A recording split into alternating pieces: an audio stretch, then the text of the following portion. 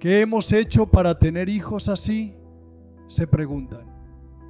Somos católicos corrientes y no hemos cometido ningún pecado grave. ¿Por qué Dios nos ha hecho esto? ¿Cuál sería la respuesta habitual a estas consultas? Sufrimiento. Vivimos en un periodo en el que la ciencia y la tecnología han logrado avances rápidos y sin precedentes. Aunque tenemos todas las facilidades para formar niños inteligentes, ¿por qué se encaminan hacia la perdición? ¿No existe remedio para esta lamentable situación? ¿No existe ningún acuerdo para salvar a esta pobre gente? Si no la hay, entonces la fe cristiana sería hueca e inútil. La afirmación de que Jesucristo es el Hijo de Dios sanó a muchos de ellos, expulsando de ellos los espíritus malignos. Fueron sanados cuando los espíritus malignos salieron de ellos. ¿Cómo un espíritu maligno posee a un niño? Una persona mayor es atacada y poseída por el pecado. Había bastantes niños entre los 500 y tantos participantes en un retiro realizado en Kerala. Algunos de ellos, de 5 y 6 años, apenas podían yacer en manos de sus padres. Las cabezas de algunos tenían el doble de tamaño que sus cuerpos. Otros padecían problemas mentales y eran epilépticos, y de sus bocas brotaban burbujas de saliva. El estado de 2 niños era patético. El cuerpo de uno de ellos estaba desgarrado por varios lugares: cara, manos e incluso los párpados. El cuerpo del otro estaba lleno de abscesos. Debido a la picazón constante e insoportable, la sangre estaba a punto de brotar en varios lugares. Mientras oraba por ellos, surgió en mi mente una pregunta: ¿hacia dónde se dirige la nueva generación? Vivimos en un periodo en el que la ciencia y la tecnología han logrado avances rápidos y sin precedentes. Aunque tenemos todas las facilidades para formar niños inteligentes, ¿por qué se encaminan hacia la perdición? Si este es el estado de la generación actual, ¿cuál sería el estado de la generación futura? Conocí a una pareja que se casó hace apenas 5 años. Tienen 2 hijas y ambas tenían problemas mentales. Me sentí muy triste por la difícil situación de los padres jóvenes. Comenzaron su vida con gran esperanza, pero me sentí descorazonado y debilitado desde el principio. ¿Qué hemos hecho para tener hijos así?, se preguntan.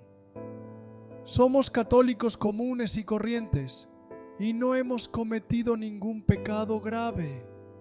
¿Por qué tenemos hijos así? ¿Por qué Dios nos ha hecho esto? ¿Cuál sería la respuesta habitual a estas consultas? Sufrimiento. Esto debes aceptarlo y soportarlo. Ellos también saben que no hay alternativa para eso.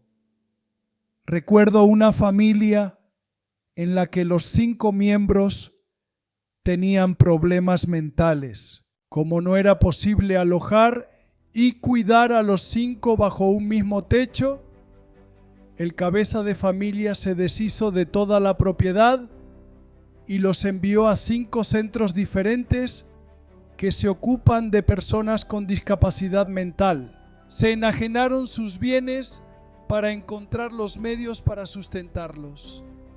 Sus padres ancianos viven solos en una casa con un terreno de 5 centavos. Esta es la difícil situación de muchos hogares.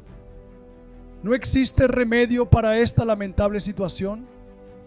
¿No existe ningún acuerdo para salvar a esta pobre gente? Si no la hay, entonces la fe cristiana sería hueca e inútil, y la afirmación de que Jesucristo es el Hijo de Dios sería una parodia de la verdad. Eso equivaldría a reducirlo a simples escombros y piedra caliza. Pero la Biblia dice que Jesús no es así. Él es el Señor que sanaba a todos los enfermos que acudían a Él. Nunca envió a ninguno de ellos a un mendigo o a un hechicero para que los curara. Él sanó a cada uno de ellos. Sanó a muchos de ellos, expulsando de ellos los espíritus malignos. Fueron sanados cuando los espíritus malignos salieron de ellos. Así fueron sanados los sordos, los mudos, los ciegos, los paralíticos y los epilépticos. Todas las enfermedades y sufrimientos que padece el mundo en estos días estuvieron presentes también en los tiempos de Jesús. Jesús los sanó, expulsando de ellos los espíritus malignos. Todas esas enfermedades están presentes incluso ahora. Los sordos, mudos, ciegos, paralíticos y los endemoniados, pacientes mentales, andan sueltos estos días. Nadie los cura. Como Jesús no está presente en las personas para expulsar los espíritus malignos, los que nacen con esas dolencias siguen viviendo en ellas, mueren en ellas y la próxima generación las hereda y condena en ellas. En el capítulo 12 del Evangelio, según San Mateo, desde los versículos 22 en adelante, leemos a Jesús curando a un niño poseído por un espíritu maligno sordo y mudo. Jesús sanó al niño sordo y mudo, expulsando de él el espíritu maligno. Jesús demostró que fue un espíritu maligno el que dejó al niño sordo y mudo. Ejemplos similares abundan en el Nuevo Testamento. Jesús sanó a una mujer lisiada, encorvada, durante 18 años, expulsando de ella el espíritu maligno, como leemos en Lucas 13, versículos 10 al 17. Lo que Jesús intenta transmitir con estos episodios es que los espíritus malignos están detrás de estas maldiciones. Las personas no pueden ser liberadas sin expulsar de ellas estos espíritus malignos. Aunque esto ha sido reivindicado varias veces, esta generación los considera ficción. Para ellos, los espíritus malignos no existen y por lo tanto no surge la necesidad de expulsarlos. No fue porque existían espíritus malignos que Jesús dio autoridad a sus discípulos para expulsarlos. Jesús dio autoridad a sus discípulos para expulsar espíritus malignos y sanar a los enfermos, como leemos en Mateo 10:1. A este respecto, son particularmente dignos de mención los versículos 14 a 29 del capítulo 9 del Evangelio según San Marcos. Un padre lleva a su hijo epiléptico a Jesús para que lo sane, pero el padre no pudo encontrarse con Jesús. Entonces Jesús estaba en la cima de la montaña. Estuvo en el monte de la transfiguración, monte Tabor, acompañado por Pedro, Juan y Santiago. Fue entonces cuando el padre con su hijo llegaron al pie de la montaña para obtener curación.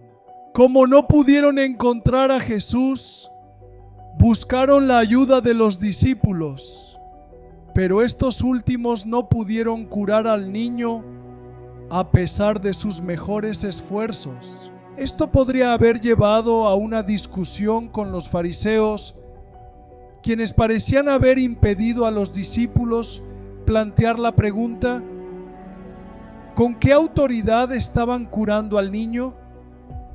En ese momento Jesús llegó allí y les preguntó: ¿de qué discutís con ellos? De la multitud se adelantó una persona y le dijo a Jesús: Maestro, te traje a mi hijo, tiene un espíritu que le impide hablar y cada vez que se apodera de él lo derriba y hace espuma, rechina los dientes y se pone rígido, y pedí a tus discípulos que lo echaran fuera, pero no pudieron. Marcos 9, 17 y 18. ¿Por qué los discípulos de Jesús no pudieron expulsar a los espíritus malignos? Y Jesús les había dado potestad sobre los espíritus inmundos en Marcos 6, versículo 7. Y expulsaron varios demonios y sanaron a muchos enfermos, ungiéndolos con aceite.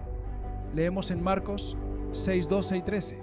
Los discípulos que tenían la autoridad y que habían curado a muchas personas no lograron curar a este paciente epiléptico en particular.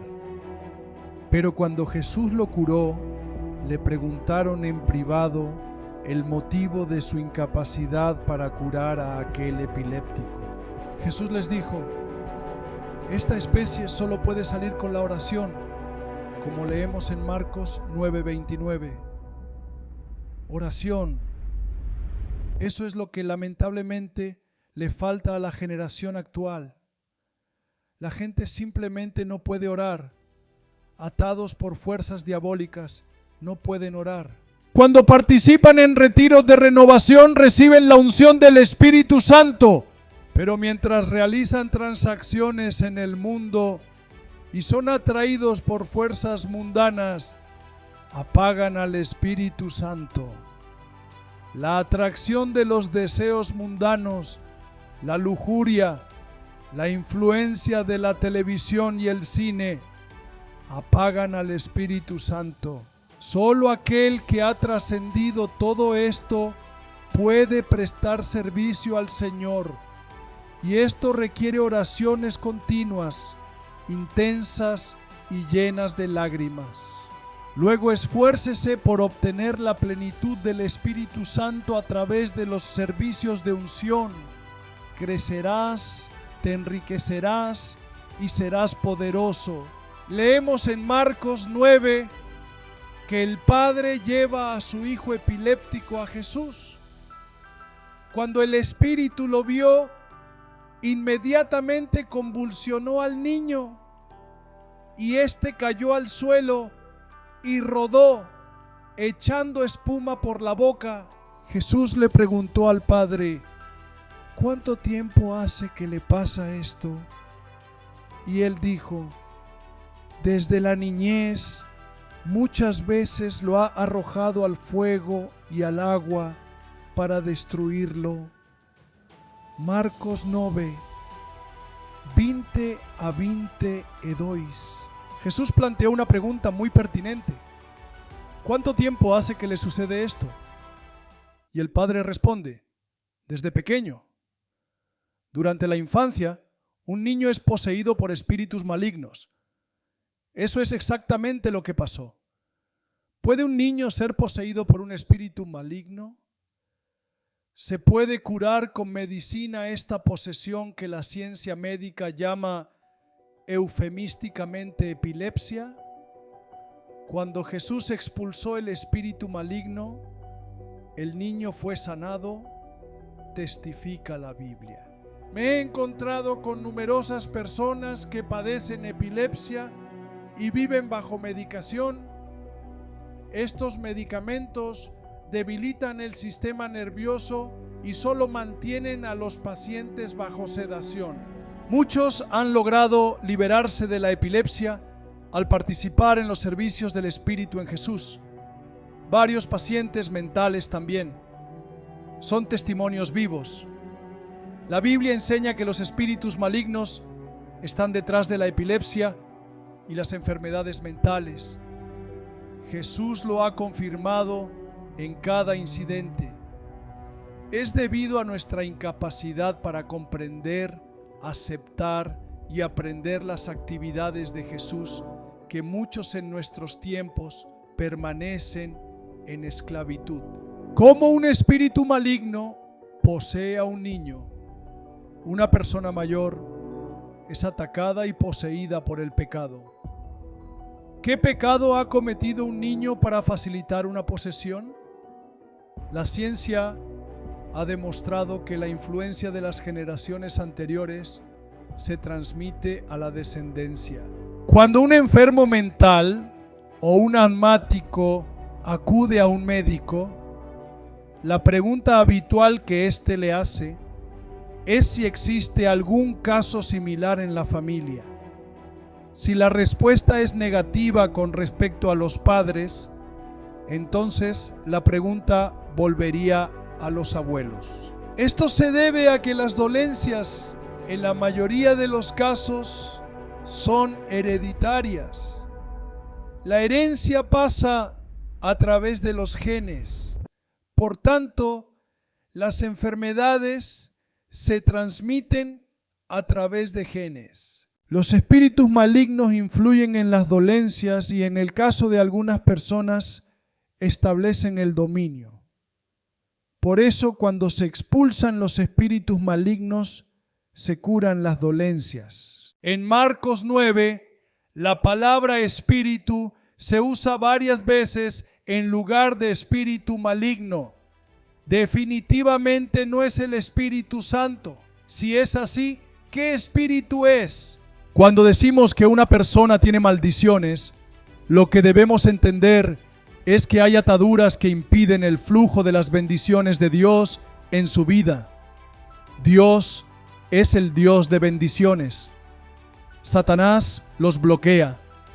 La influencia de los espíritus malignos impide que se acumulen las bendiciones de Dios. Si somos capaces de expulsarlos, las bendiciones de Dios fluirían ininterrumpidamente y beneficiarían a las generaciones futuras.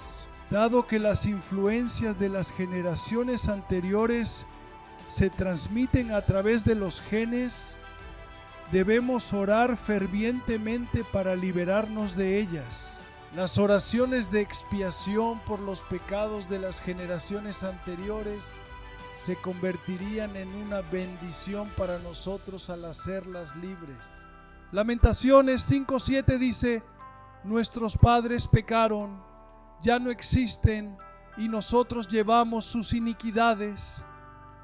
Los pecados de los antepasados han llegado a nosotros como iniquidades, ataduras, maldiciones y bloqueos que impiden las bendiciones de Dios. Esta generación sería bendecida si se ofrecieran oraciones con lágrimas en los ojos por la expiación de los pecados de nuestros antepasados, que abrirían las puertas a su salvación. Que Dios conceda la gracia para esa ofrenda.